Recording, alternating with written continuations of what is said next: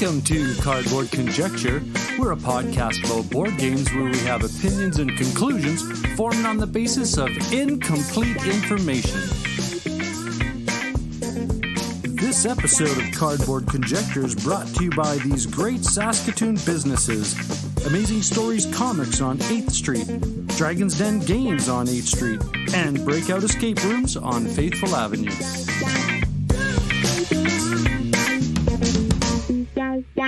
Hey there, how's it going, eh? This is What You've Been Playing Wednesday, and this is a special weekly episode that us content creators put together to let you know what we've been playing recently.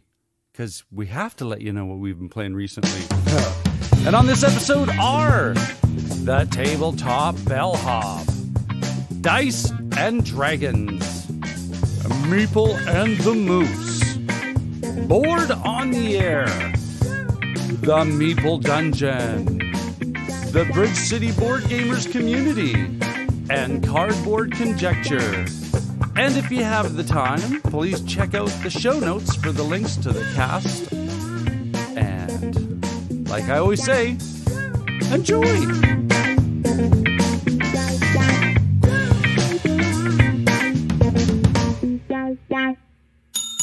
Hello and welcome to the Tabletop Bellhop segment of What You've Been Playing Wednesday. I am Moe T, the Tabletop Bellhop, your cardboard concierge, working with you to make your game nights better. Now, I've got lots of games to talk about this week due to Deanna and I taking a short vacation, a vacation which included its fair share of gaming. Now, the first game I want to talk about is Brewcrafter Travel Card Game, or Brewcrafter the Travel Card Game, which also seems to be sold some places as microbrewers. This is a small travel version of the much meatier Brewcrafters board game. Now, this past week, we unlocked an achievement by playing Brewcrafters at an actual brewery, something we hope to repeat again in the future. Now, Brewcrafters Travel Card Game is a very solid, small deck engine builder featuring multi-use cards. Each card in the deck can be used as either an ingredient for brewing beer, which you get reputation points for, or can instead be played into your tableau as an upgrade to your brewery, modifying how the game plays going forward. This option each round leads to some really interesting choices, as well as multiple valid strategies you can use while playing, which was highly appreciated. Now, we ended up playing this one on multiple times over the past week, and now it's on our Bring With Us on Any Trip That May Involve a Brewery or Brewpub list, which actually has a surprisingly large number of games on it, but this is right now at the top of the list. Next up, speaking of drinking and gaming, we've got to try out Drinking Quest, specifically the new 6-pack edition, which is a deluxe edition of Drinking Quest that includes all these 6 previous games in an upgraded package, some updated cards, and so on. This will be hitting retail on the May 2-4 coming up this weekend. That's May 24th weekend for you non-Canadians. Now, thanks to Jayson Anarchy Games for sending us a copy of this to check out before the weekend. Now, Drinking Quest is a mashup of card game and drinking game, with many RPG elements. And by drinking game, I mean drinking game, like a game where you're going to drink a lot. Literally in this game, if your character dies, you have to chug your drink, though when you do, they are resurrected at full health. If you don't finish your drink, though, you only get half your health back. Now, this is a super light, rather juvenile and highly random game with very little decision points for the players. Now, it also features some potentially offensive content, including non-consensual sex, so it's not going to be for everyone. Now, I was personally expecting more of a game from this. It's definitely more of a drinking activity than a involved game. Now, anytime it's just Deanna and I, you can usually expect multiple rounds of Codenames Duet to be played, and this trip was no exception. In total, I think we played 10 rounds, maybe 12, and I don't know what was going on, but we didn't win even once. Now, I guess we were off our game. Almost every game ended with one of us picking an assassin, so our clue-giving skills were terrible, or we were trying to think too far outside the box. I don't know. The important thing is, though, we still had fun. We loved Codenames Duet. That's another one that we pack with us on pretty much any trip. Now, the last time we were on a similar trip to this, we grabbed The Game. That's The Game from Pandasaurus. And based on how well that went last time, we did bring it this time as well. Now, we ended up playing only 2 rounds, but they were enjoyable rounds, and we played them over some fantastic Ontario craft beers. And I've got to say, overall, this is really bumping up my list of games to play at a pub. Now, while it does require some focus to play the game, you can't just play cards randomly. There is thought involved, but it's not enough that it's distracting and you have to focus too much on the game. You can easily play while chatting and socializing. And actually, because of the limitations on what you are allowed to talk about the game, it kind of encourages you to talk about things outside of the game. Now, as for our 2 games, we lost the first one. We had to make a 60 card jump at one point without any option at the time.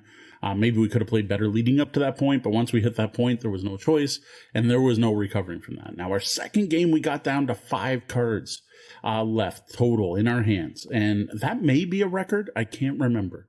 What I do know, we have yet to play the entire deck playing 2 players yet. So I don't know if the game is just harder with 2 players, or we're just not that good, or maybe we're getting a little too distracted by the conversation and beers while we're playing. But now we still have something to strive for. So I have a feeling until we actually beat the game fully, like 10 cards is considered a win. But like playing all your cards is like the ultimate, you did it. That is our goal next. Until we hit it, I think we're going to keep playing the game anytime we take a trip like this. Now, after a trip on the day we got back to Windsor, we did stop by Brenda and Holly's place, we had some dinner, and got in a couple more games. Now, for this particular event, we let the kids pick what to play, and we ended up with 2 rounds of Go Cuckoo, followed by a game of The Downfall of Pompeii.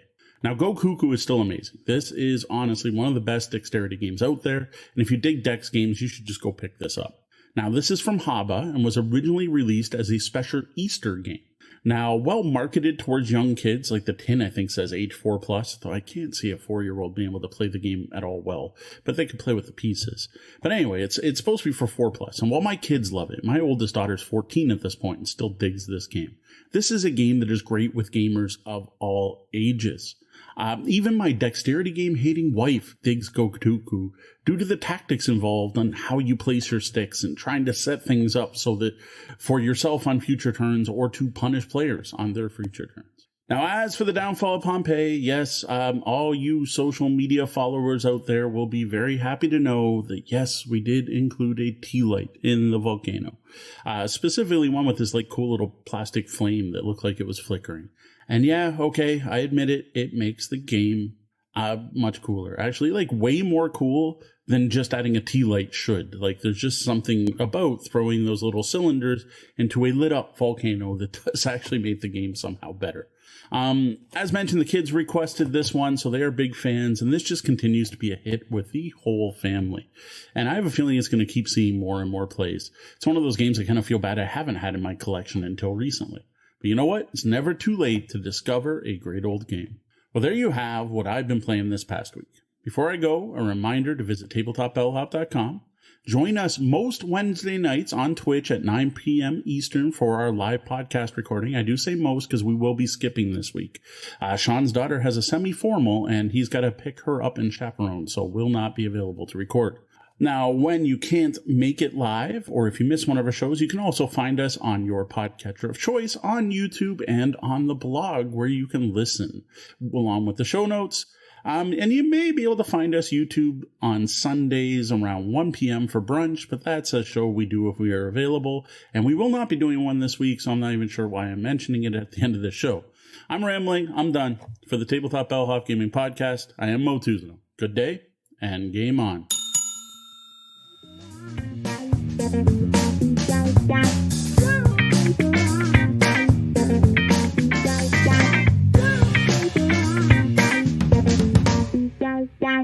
What up, gamers? I'm Jayson. I'm Julie, and together we're Dice and Dragons. And you can find us on YouTube, Facebook, Instagram at Dice and Dragons, and on Twitter at Dice and Dragon. And what is it today, Julie? It's What You Been Playing Wednesdays. And what game have we been playing? The Ghost Betwixt. It is published by Innocent Traveler Games and designed by Dustin Freund. So tell everyone a little bit about this game, Julie. Well, it is a cooperative game that's for 1 to 4 players. Plays in 90 to 120, 180 minutes. Is for ages 10 and above. And this is a Kids on Bikes theme game. So if you like Stranger Things, things like that, you'll get... Well, it's not that it's themed that, it's like it. It is themed that. I mean, you're kids with your parents, and you're beating up monsters with everything you can find around the house. So, but it's not actually Kids on Bikes. Okay, love. It's a genre. They get it. Now, in any case, what you'll be doing in the game is entering the Bennett Mansion. Your brother Richie has been kidnapped, so you and your parents, as I just mentioned, have grabbed whatever you could around the house, and you ventured into the Worlds of Terror Funhouse to rescue your brother from whatever's going on inside, and it's far more supernatural than anyone would have expected. So you're going to be encountering monsters, humans that are essentially monsters, and some other creepy stuff in this six mission cooperative game. And it's campaign style, so you'll be leveling up your characters, getting more gear, and getting armor, of course. And there's some really cool combat stuff you can do as well. Yeah, so investigation and combat, basically. Yeah, that's the primary focus of the game. There are a lot of components, a lot of little things for this game. Yeah, that's one of the things that I don't mind now, but I found it was a little bit overwhelming at first. Reminds me a little bit of Folklore the Affliction, which has that problem as well, but once we got used to it, it wasn't so bad. I do feel that there could have been just a little bit more streamlining in terms of what there is available for components to make it a little bit more accessible. As something that's for 10-year-olds, it can probably feel a little bit overwhelming for them, especially with all the components they'll have in front of them. That being said, everything that you're doing is fairly straightforward, so once you get a hang of it, it's not something that's going to really slow you down that much. Well, it's like the quarter, thirds, half, that took some getting used to as well, but once you're used to it, it kind of works a little bit better. Yeah, so the way that it works is some defense abilities might have 1/3, 1/4, which if you roll like a 1/3 or 1/4 on a dice, you got enough armor, turns into a full defense, which is pretty cool. But the round numbers might have been a little bit more preferable. And then you've got the half successes, which I minded less because if you get 2 of them, it means you got a full success. So that was less annoying. It definitely really was more the 1/4 and the 1/3 that I didn't enjoy in particular. Yeah, and when we were playing, I mean, at first I had to remind myself, I was pretty annoyed with the fact that we were really weak. But it makes sense. It's thematic. I mean, like you said, you're grabbing whatever you can, running out the door. So a slingshot's not going to do a lot of damage, is it? No, but it does enough for the enemies that you face. And even though we didn't get a ton of upgrades in the first mission to the second, we still didn't have too much difficulty with regards to facing off against enemies during the second mission. And we started unlocking some new abilities and gear that we'd be able to get.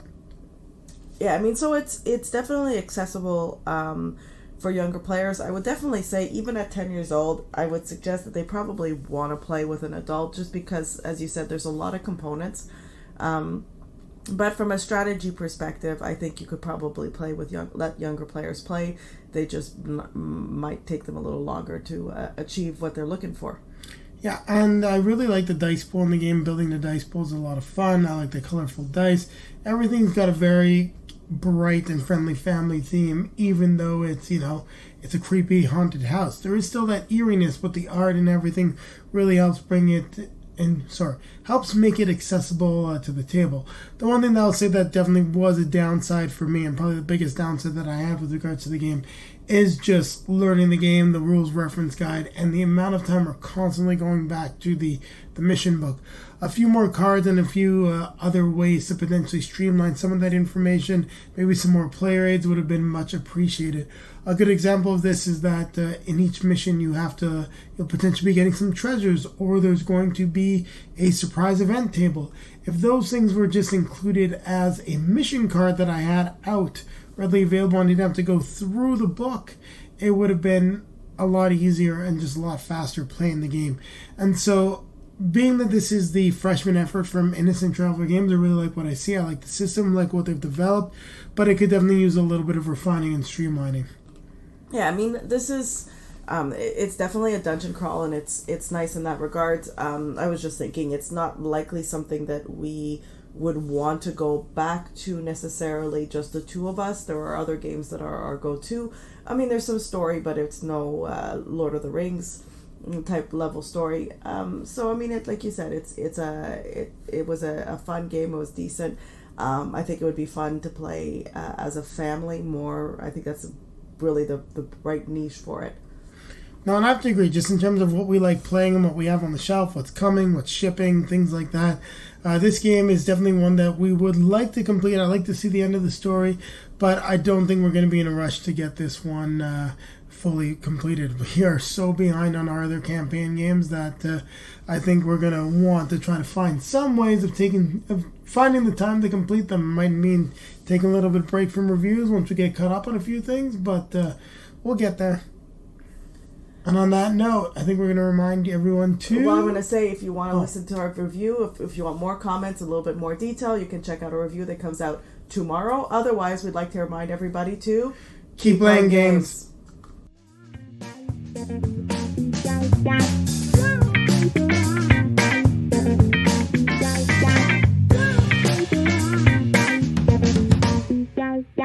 Hello, my name is Alex. I write board game reviews over at MeepleandTheMoose.com, and I'm here to talk about the games I've been playing this week for Whatcha Been Playing Wednesday. This week, my mom came to visit, and to wind down in the evenings after hitting all the touristy spots around town and after getting the toddler to bed, we played a bunch of games. Like me, she likes to discover new games. So we played Patchwork, Project L, Carcassonne, Seven Wonders, 10 Days in Europe, and Crokinole, to name a few. But in today's segment, I'm just going to talk briefly about her 3 favorite games from this week. The first game is Pandemic Fall of Rome by Matt Leacock and Paolo Mori. Pandemic Fall of Rome is an interesting spin on the pandemic formula. In Pandemic Fall of Rome, you're not curing diseases, but instead battling back the invading barbarian hordes, keeping them at bay while you frantically try to create peace treaties that will keep Roma from being sacked. I think Pandemic Fall of Rome is my favorite spin-off of the pandemic formula. I really love the mechanism of having the barbarian hordes march across the Mediterranean countryside. I'm not sure if I like or hate needing to use dice to resolve combats, but it does inject a bit more luck, sometimes rewarding you when you take a gamble, and other times absolutely punishing you when you put all your eggs into one basket. My mom said that she vastly preferred this to the original Pandemic, but she's biased. We won the game, and she's always loved anything with an ancient Roman theme. My mom's next favorite game from this week was Wingspan by Elizabeth Hargrave, and art by Ana Maria Martinez Jamillo, Natalia Rojas, and Beth Sobel.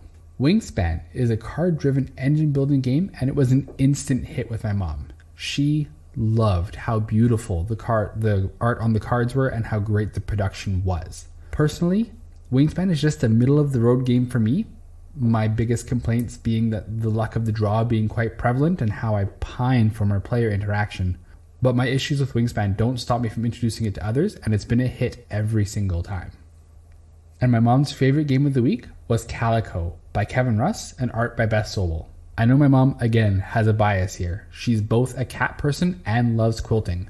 Combine that bias with another beautiful production and she was hooked from the start. In Calico, players are designing a quilt and trying to combine colors to earn buttons, manipulate patterns to attract cats, and satisfy 3 goals in the center of the board. It's quite abstract, but beautiful and pleasant to play. I know some people can get really stressed out as the game progresses and they have to give up on some of their goals as they become impossible to fulfill. But if you approach the game knowing that you can't accomplish everything, it's a much more relaxing and enjoyable experience. And that's all the time I have this week. If you want to hear more in-depth thoughts of each of these games, check out my reviews over at MeepleandTheMoose.com or follow me on Twitter at MooseMeeple. Have a happy Wednesday.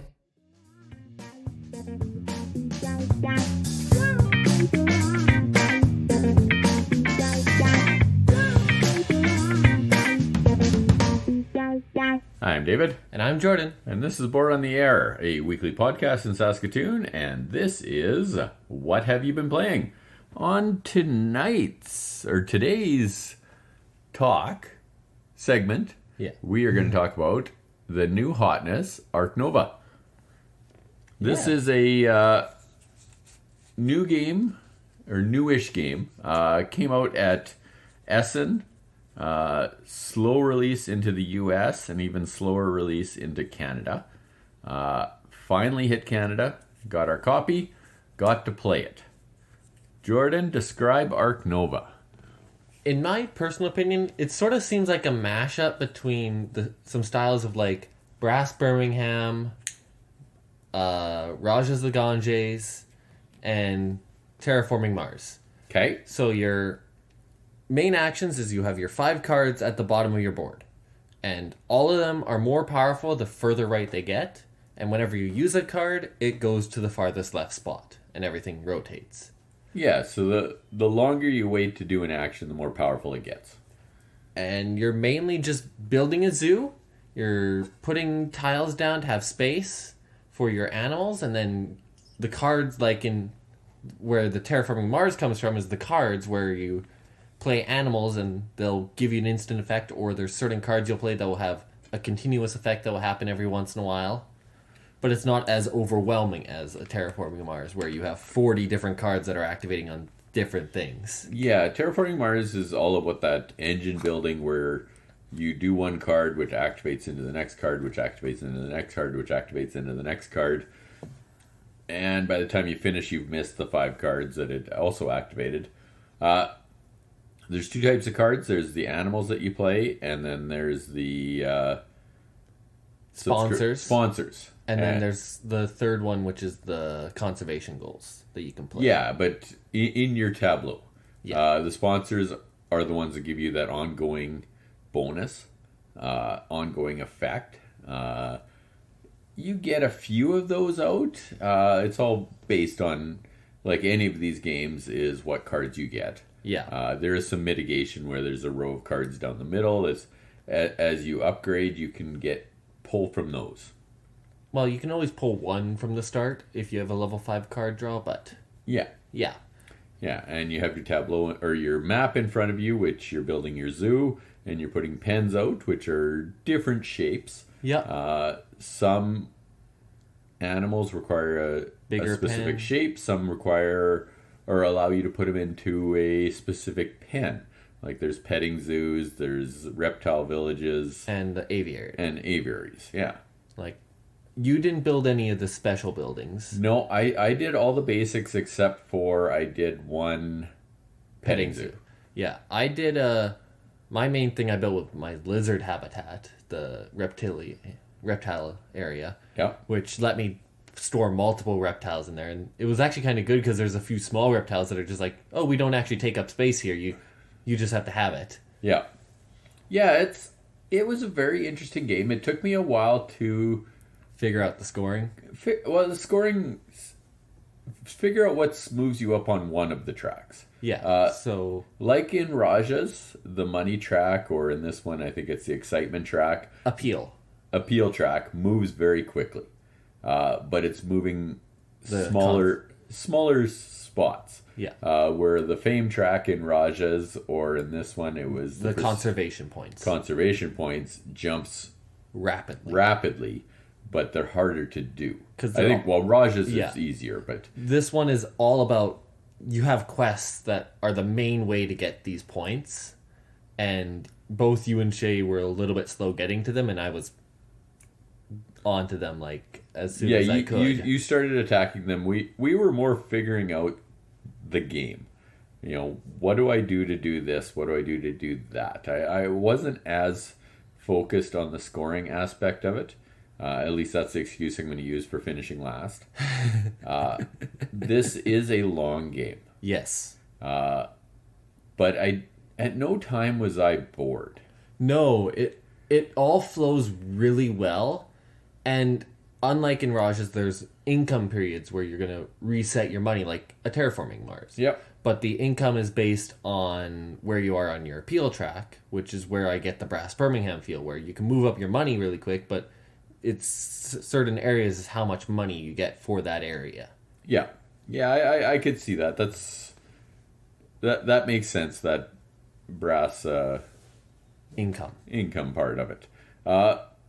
I think the length of the game and the card play is where you get those similarities with Terraforming Mars. Oh yeah.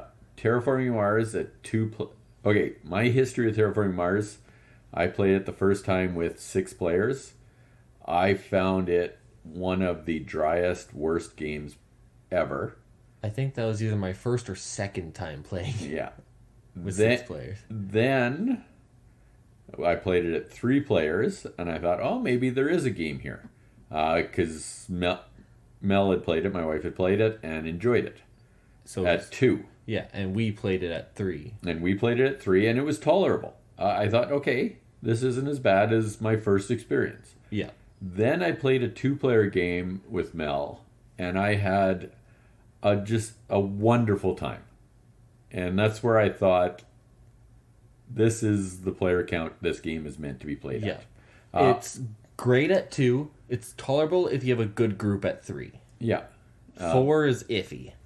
4 and above, the length adds in and there's too much downtime.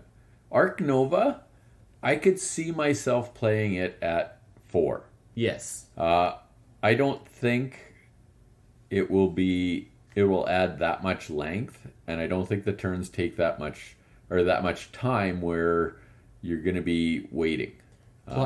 Plus, it also cycles the cards more, so you're going to be seeing more of the cards that you might want. Yeah. I think 2 and 3 is still its sweet spot, but I'm not going to turn down a game at 4 like I would Terraforming Mars. At least not until we try it at 4. Yeah. It's intrigued me enough that first game at 3 to try it at 4. All of us had a good time at 3. Yep. It took us a while to find the game, is what I would say. That first time you play it, which is all we've played. This is just what we've been playing, not a review. But that first time playing it, it took a while to figure out the game. Yes, it's the reverse engineering part of it, where you're like, okay, I want to play this card. How do I get this thing? Okay, Yeah. how do I get these?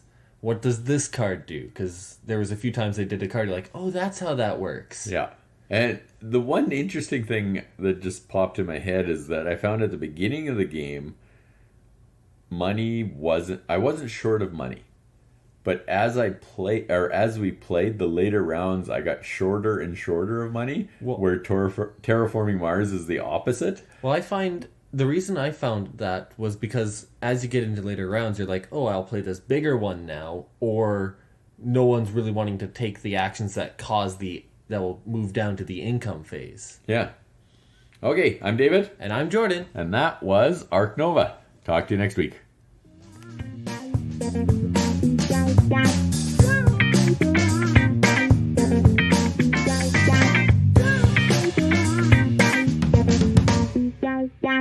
Hello, everybody. It's Robb and Anna Marie from the Meeple Dungeon. Hello. And we are back again recording for the Whatcha Been Playing Wednesdays podcast. And this week we've been playing one game and one game only. It feels like we've been playing this game a lot lately and maybe longer than this 1 week.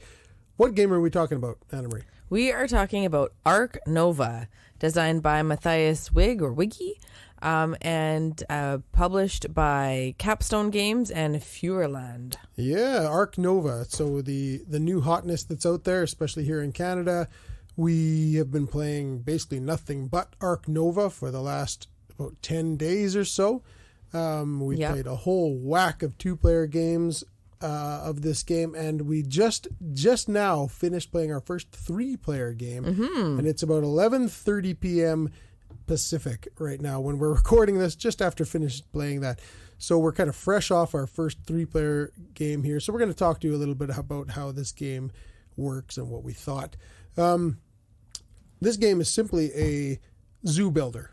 Yeah. So you're building a zoo, and you've got a few different boards. You've got a board with kind of 3 different tracks on it, and you've got your own player board, and then you've got a little sideboard where you can do a few other actions on it. And you got a conservation or spot where you're, supporting conservation efforts.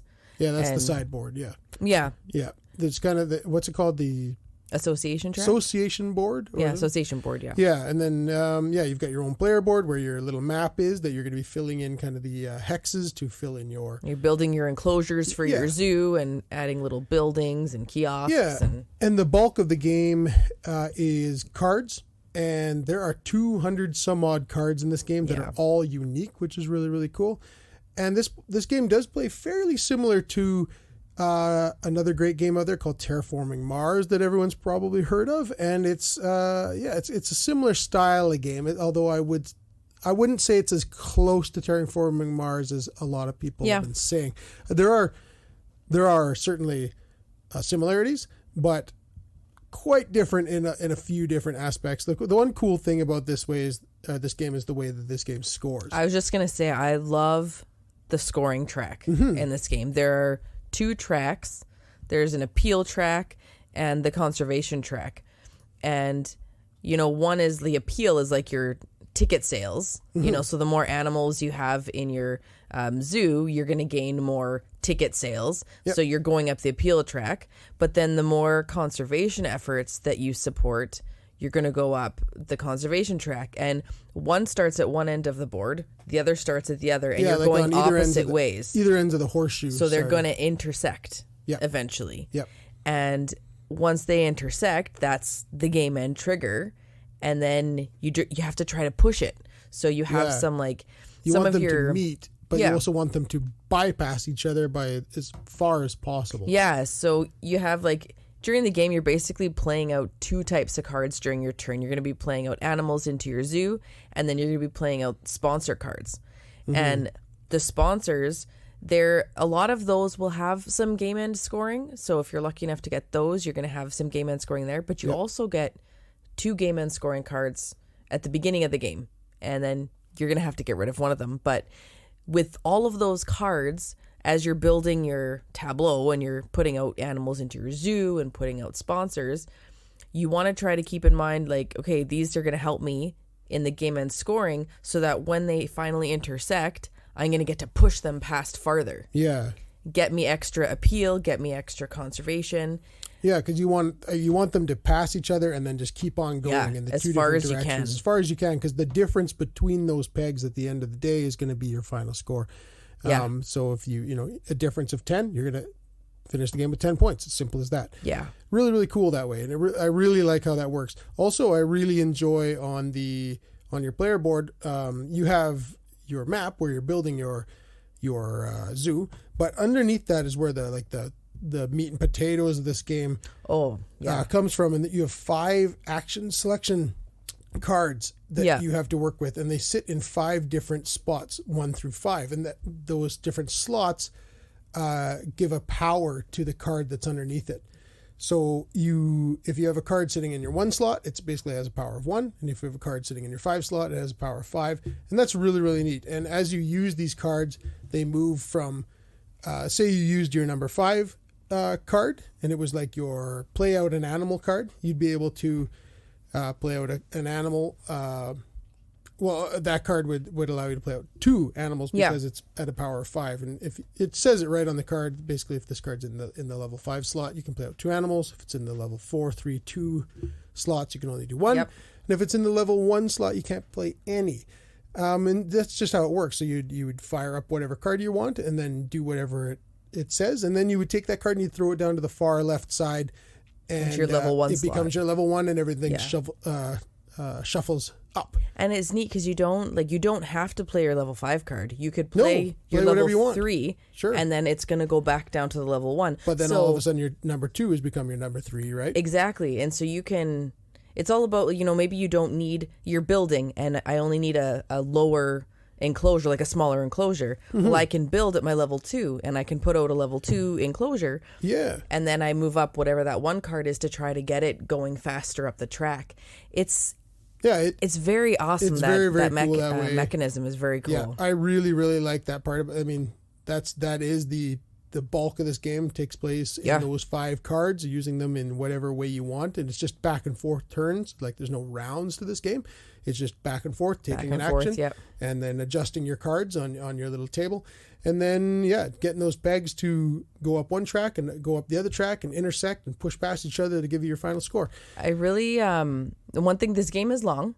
It does take, we just finished that 3-player game, and it took 3 hours. So we're finding was with 3 people that knew what we were doing. Yeah, we're finding it's roughly like an hour per player. Yeah, which is the opposite kind of what they advertise. We're still playing a lot to see if we can push that down, but we're trying to figure out ways on how to like using this side of the board, because there's a whole bunch of different maps you can use. So we're trying to figure out which map might be the fastest map to use, but it doesn't feel long. That's the nice thing, is I don't feel like the game is dragging on or anything. Like, I'm engaged the whole time and I'm playing the whole time. But then you do look down, you're like, oh man, it's 11:30. Yeah, it's late. This has been it's been a long time for this type of game. Yeah. But we have just reviewed this game in its entirety on our podcast, the Meeple Dungeon Podcast, episode 34, that we put out yesterday. So you will be able to find that if you go to any of the major podcasting sites. You'll find the Meeple Dungeon. You click on episode 34, and it's got the Arc Nova review at the very end of the episode. There's a few other things leading up to that, but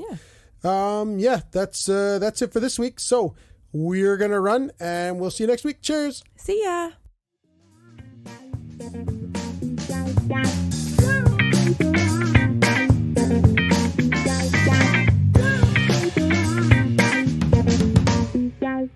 Hey there, this is Norm from the Cardboard Conjecture podcast and Bridge City Board Gamers here in Saskatoon. And let's have a look at what the Bridge City Board Gamers community has been playing. Jayson says, we are halfway through a game of Arc Nova. Had to stop as we started late, and sleep is apparently important. It's a myth. But, oh, yay, awesome. Arc Nova. I think the way that it's been described to me, that this is Gaia Project the Zoo, and I'm very interested. So yay! I might have to just go pick one up. Tim's playing some Wingspan, and there's a lot of people at the table playing Wingspan, so that is probably that would have been a great game, because that's one of my favorite engine builders. Well, I have a lot of favorites, you know. And here's a good segue. If you want to hear what we have a new Cardboard Conjecture has a new show on YouTube called The Top 5 Show. I know, right? Pretty self-serving. And the tagline is we talk about our favorite games, one topic at a time. And this one was Anna Marie's choice, talking about unplayed games that are 5 years and older, you know, that you want to play. So. But everybody's played Wingspan. What a tangent. That was awesome. It's like a bird just took off. Hans, terraforming Mars? I thought that should just be like tattooed. Snakes, because there's like 3 S's at the end. Super Lucky Mega Box. That sounds fun. Tree Lined Avenue, Arc Nova, and Glass Road. You know what? Arc Nova is like the hotness right now in this community, and you know, I've already heard 2 content I can't even speak. I didn't finish my coffee. Content contributors talked about Arc Nova already, so I gotta play that game. And Glass Road, Uwe Rosenberg. And if you like Uwe stuff and you like a game that's under an hour, that's the one. And the resource dial is so cool how it works. So yeah, it's very clever. Marianne played Ventura. It looks like a tile-laying area control-esque kind of resource game. Very cool. Very cool. Steve, Star Wars Outer Rim. Yeah, that's awesome. We had the opportunity to interview Corey Kineska, and we talked about a whole bunch of the story narrative-driven theme type games that he comes out with, and wow, that was such a fun chat. Paul, Unmatched, can't wait for my tracks. Cartographers, Tenpenny Parks, Key to the Kingdom, Dog's Bond. Of all those, I've played 2 of them. Wow, right on. I like knowing about new games, so I'm going to look up those Key to the Kingdom, Dog's Bond, Tenpenny Parks. Nice. Jeff, Arc Nova, Glass Road. Hey, there's a Venn diagram going on here.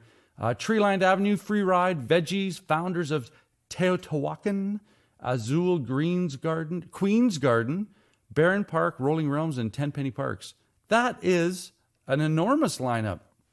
It's like you work at a game store or something.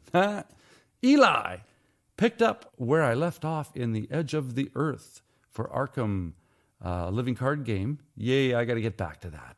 Did the first scenario of Sinister Motives for Marvel Champions and a couple of games of Marvel United X-Men and Scythe. Cool. I don't think and Scythe is like a hybrid thing. I think it means just end the game Scythe, because United X-Men and Scythe, that'd be kind of cool. I'm in. Louis, Unmatched, Cartographers, So Clover. Oh, I want to try that game. Cascadia, Rising Sun, Cantaloupe, Targi, Raiders of the North Sea, Furnace, The Crew. I think that's it. That's it. That's a good lineup.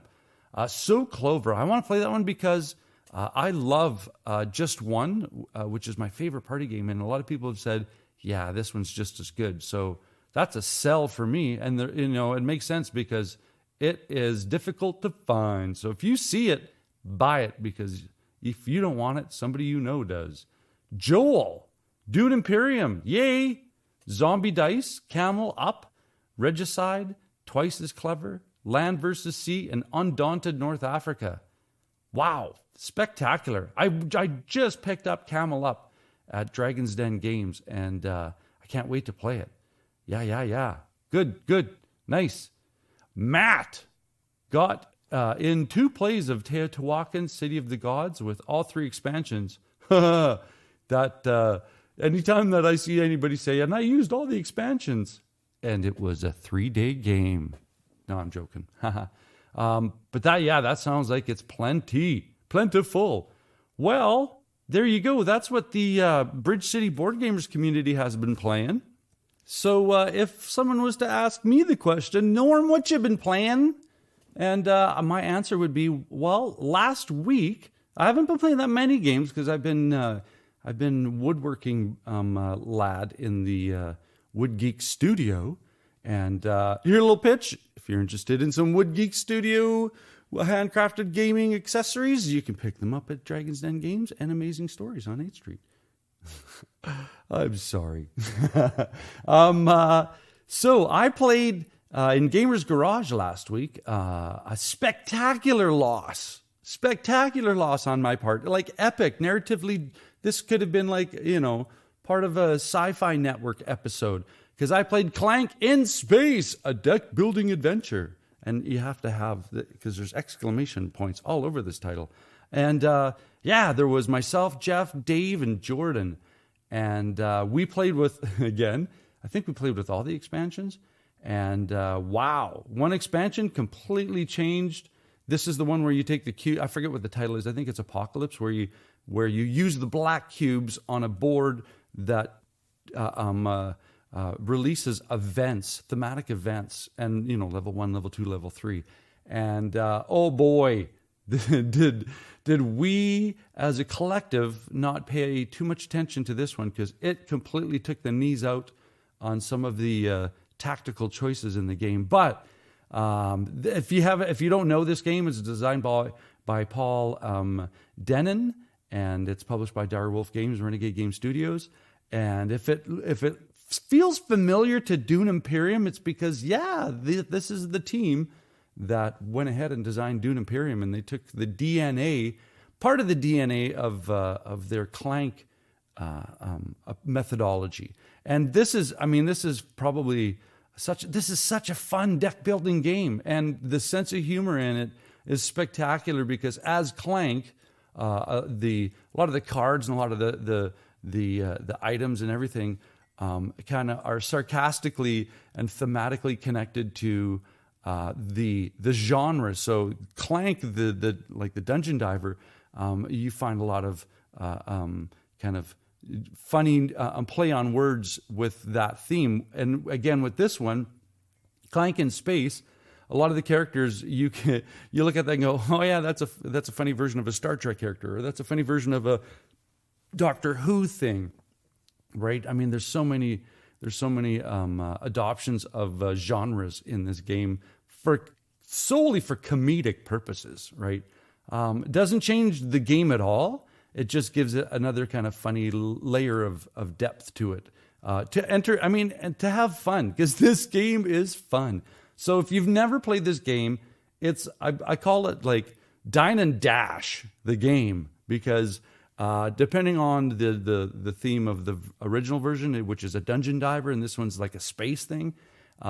This one we played with the expansion. I think it's Station 11 or something like that, where we're on, instead of being on the bad guy's ship, we're on a space station. And the same scenario is that it is a crescendo of ratcheting of the villain coming at you and drawing hit point cubes out of a bag to try and kill you.